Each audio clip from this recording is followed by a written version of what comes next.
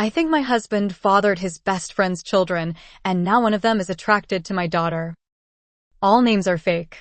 This began as a dark, intrusive thought that I could never shake off, and over the years it has bloomed into a poison flower that infects my entire psyche. I'm a 42-year-old woman. My husband, Luke, is 43, and so is Amy. I met Luke in college, but he's known Amy since they were about 7. They did everything together and understood each other implicitly. They were best friends. They've always insisted that they are surrogate siblings to each other. Naturally, I, as a new girlfriend, felt a little threatened by Amy and her closeness to Luke, but they both reassured me I had nothing to worry about. That their bond was not romantic and had never been sexual. That Amy really was just the sister that Luke never had. I believed them, and it didn't take long for me to forget any and all insecurity I had about Amy. She became my friend too. She officiated our wedding. Luke and I have built a wonderful life together, and we always had a strong relationship. After we got married and moved in together, we still saw a lot of Amy, and I was fine with that. I've passed many a night on the town trying to help Amy find a man, as she has always lamented how she is unlucky in love.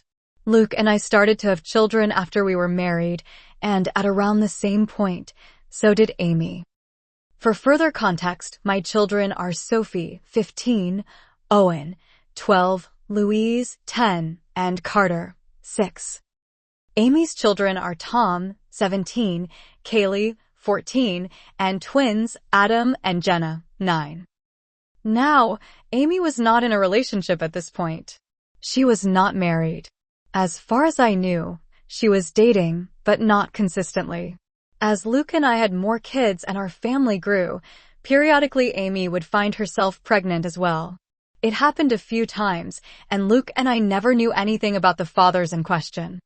I kind of assumed that maybe Amy was sleeping around and not keeping in contact with her one-night stands. Luke agreed this was probably the answer. While I did ask each time if Amy knew the paternity, she always said no, and she didn't seem that worried about the idea of raising kids on her own, so I didn't pester her. Of course, she had us to support her, so there was that. While Amy never asked for any help, of course Luke was never going to let his best friend struggle to stay afloat when she had children to raise. Financially, we are very fortunate and privileged. I have a job that pays handsomely, and Luke also had wealthy parents who already knew and loved Amy, so they were happy to provide for her. My in-laws defy all stereotypes. They are the kindest and gentlest people. So we were able to support Amy, to get her somewhere to stay with her kids. People might be tempted to call her a leech, but I never saw it that way. None of us did. She needed help and we could provide it. I also know people are going to criticize her for her lack of responsibility and question why she never used more reliable birth control. Honestly, that is a long story that I don't want to get into because even I don't fully understand her reasoning, but it was quite important to her that she never be on birth control and that whatever came of that choice, she would accept. It wasn't religiously motivated, I know that, but it was that degree of significance to Amy. She really did not want to take birth control. She's explained it to me more than once, but I'm still not clear on why. Of course, Amy being Luke's best friend since they were kids, it's not unreasonable that sometimes they hang out together while I'm not there. Hey, that's fine. Sometimes I hang out with Amy one-on-one as well, though Luke does it more. She was his friend first. This included him going over to where she was staying and at times, sleeping over there. Was I a fool to trust him and believe nothing was going on? Perhaps. But for years, they presented as being buddies, like siblings. I didn't pick up on any vibes between them, not ever. As one can expect, our children were brought up together. Not in the same house, our home is decently sized, but even we don't have the room for 8 kids. But we made sure Amy's children met ours from a young age, and they always got along and strong bonds of friendship have formed over the years, which is good. Especially if I'm right, and they share blood. I've been dawdling getting to the main point. Yes, I have come to suspect that Luke fathered at least one of Amy's kids, if not all of them. Frankly, I do suspect they are all his. I would never have believed my husband to be capable of such a thing, and he's given me no indication that he is the unfaithful sort. But he does spend a lot of time with Amy, and I have to confess I cannot remember seeing her with any real boyfriend over the years. She would talk to men at bars and parties, I would try to be her wingman, and so on. But nothing ever seemed to really happen, so when she got pregnant the first time, I was curious. When it happened again and again, I began to wonder if she had some sort of secret fella who she didn't want us to know about for whatever reason. But I couldn't think of any reason why she would hide him, especially from her children. After Carter, our youngest, was born, Luke and I agreed that the time had come for him to have a vasectomy. Amy's twins had come just a couple of years prior. Of course, after the procedure, Luke and I continued to make love, but I no longer had to think about pregnancy. Meanwhile, Amy never got pregnant again after the twins. Is it a coincidence that Luke had a vasectomy and then both of us stopped getting pregnant? I don't know. But Luke would still visit her, and he wasn't just going to see her, but checking up on her children as well.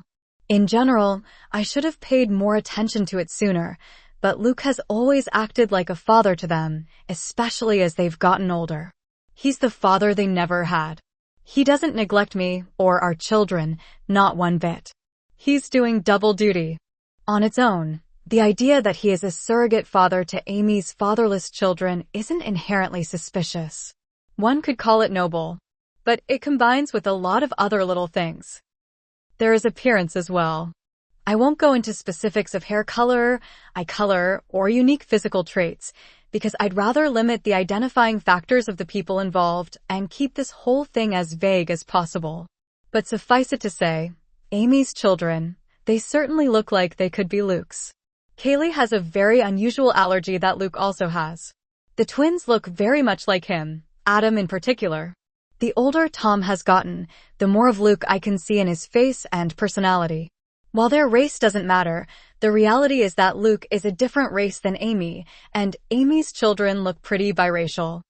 I could easily believe their father is the same race as Luke. Doesn't mean Luke has to be the father, but it sure seems like it. I have never voiced my anxieties to either Amy or Luke. I don't want to be the bad guy, and guilty or innocent, I already know they would flatly deny my accusations and be hurt by them. Imagine if that drama reached the ears of my kids or Amy's kids. Either way, Luke continues to spend time with Amy and her children, just as her children spend time with mine.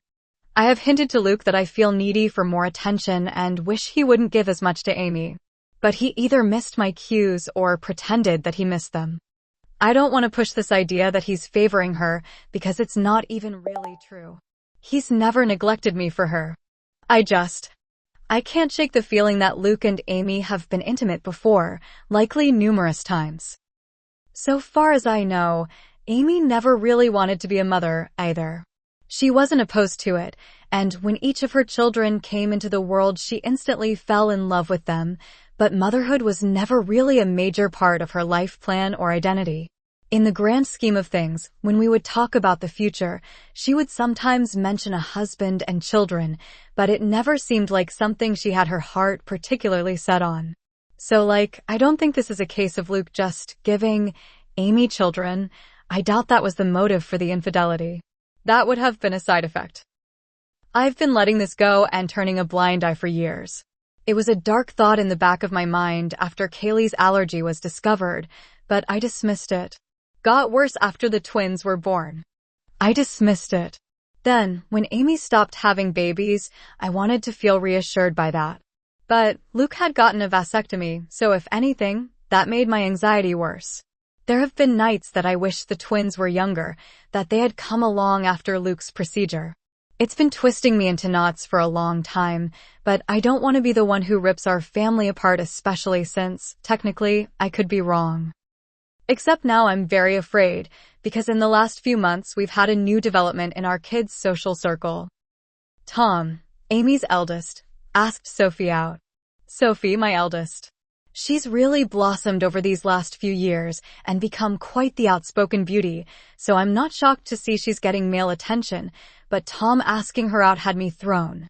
Sophie said no, but only because I'm quite protective when it comes to her exploring dating, and she knew she'd have to ask me first. I could tell she was flattered and intrigued by his interest and wanted to say yes. She approached me to talk to me about it. Bless my girl, she did everything right. I think she expected I would see things her way and agree that she could date Tom. Much to her surprise, I very firmly said no. That caused a bit of conflict. She didn't even want to date him that badly. She just couldn't understand why she wasn't allowed to. And I couldn't explain it to her. All I could come up with was, he's too old for you, which he is, but it's not really about that. When Amy and Luke heard, I was so very curious to see what their reactions would be. If either of them had agreed with Sophie and tried to convince me that the two of them should be allowed to date, I think I would have been relieved and taken that as proof that I was wrong about something going on between them. Wrong about who fathered Amy's children. But the ambiguity continued. They took my side. Both of them put their foot down, though not as fiercely as I did. Luke agreed with me, but he also worried that trying to forbid such a romance would only make Sophie want it more. He's probably right about that. Amy seemed more apathetic to the idea. She didn't want Tom to date Sophie either, and she backed me up, but I don't know, she just wasn't taking it as seriously. She seemed to think it was a fleeting crush. Well, it wasn't. In the months following those conversations, Tom would spend more and more time with Sophie. They would be alone, or with other friends any time they possibly could. It's become abundantly clear that Tom is crazy about Sophie and wants to be with her. And he definitely wants to be physical. I've been watching them like a hawk and noticed his eye wandering many times. And while I'm doing everything I can to kill this budding romance in the crib, I also am feeling somewhat powerless. Sophie hasn't outwardly defied me. She's still just hanging out with Tom as friends. So forcing them to stop spending time together would be unreasonable and probably encourage more sneaking around. But I'm so afraid that they're already doing that. My nightmare is that they're secretly dating and doing God knows what when no one is looking. I've observed Tom being rather handsy with Sophie, and she presents no objection whatsoever. And I just don't know what to say. I had considered trying to convince Sophie that Tom is like her brother, but if she doesn't see him that way, I don't really have the power to rewrite their emotional dynamic or the history of their friendship. I always saw Amy and her children as being like family, but my kids might see Amy's kids more as best friends. The problem is, of course, that if my husband has indeed been carrying on an affair over the years, and I'm right about the paternity of Amy's children, then Tom and Sophie cannot be anything more than friends under any circumstances. End of discussion. It can never happen. I feel powerless to stop it, though. Luke has apparently talked to Tom about this, as has Amy, but he is unrelenting and he won't give up on Sophie. I think she enjoys that attention and devotion. Tom has also confronted me and asked why I'm so against this when I know him very well and I know he would be good to Sophie. I didn't know what to say other than to fall back on her being too young for him. But that won't work forever. If, God forbid, they're still attracted to each other in a few years, then they'll pursue this with abandon, and once they're legal adults, there's nothing I can do about it. Amy and Luke agree with me that Tom cannot date Sophie, but that's all they've really done. They feel just as powerless as me to prevent teen love. It genuinely feels sometimes like they've just given up and will bury their heads in the sand about this. Just do nothing and hope the feelings pass as Tom and Sophie get older. Which, yeah, they're in high school. It's unlikely Tom will be in love with Sophie forever. But my fear is that she'll let him do something intimate with her before that time comes, something neither of them can take back. I am this close to opening a door I cannot close, this close to screaming at Luke that all this wouldn't be happening if he hadn't cheated on me these many years.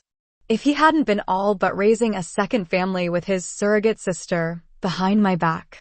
Now Luke's son wants to fuck our daughter, his actual sister, because as far as he knows, she's just his childhood friend. And it's all Luke and Amy's fault for what they've done. If I speak up, everything gets blown to hell. On the off chance that I am wrong, I'm a horrible monster who accused the love of my life and one of my closest friends of doing something horrible. If I'm right, it still tears our entire structure apart. The family and social unit we've become over the last several years is gone, and everyone will be stressed and upset even if Luke and I don't divorce. If I do nothing, Sophie's eventually going to sleep with Tom and be his girlfriend. And I'm low-key terrified it will happen sooner than later, or worse, that it's already happened under my nose. I hope to hell this relationship fades as they mature, but what if it doesn't? What if they wind up being together for years? What if they marry, want to get pregnant someday? And if I tell Sophie the truth about Amy's kids, then everyone else finds out too, and that's going to ruin so many lives. It would shatter my kids' perception of their father and their Aunt Amy. Luke is Owen's hero. I don't even want to think about how much this would hurt him. And what about Amy's children? They are innocent. They didn't ask for this, they don't control where they came from, and I don't want to hurt them. Admittedly, I'm not happy with Tom at the moment. A week ago I saw him put his hand on Sophie's, and I wanted to knock his teeth out.